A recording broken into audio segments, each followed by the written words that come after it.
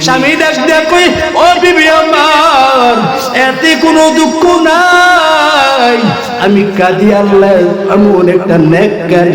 মিলাই দিছে যা আমার তো মনে হয় আল্লাহ যদি তোকে জান্নাত দান করে বিবি বল বল আমি তোর স্বামীকে জান্নাতে তুই নিবিনি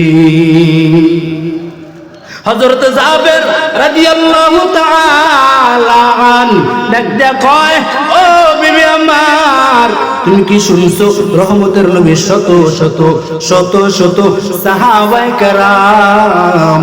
বললো তোমরা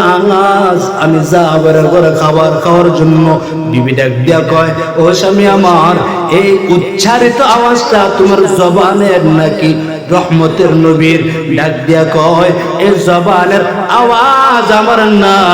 এই জবানের আওয়াজ হলো মদিনা ওয়ালা পয়গম্বরের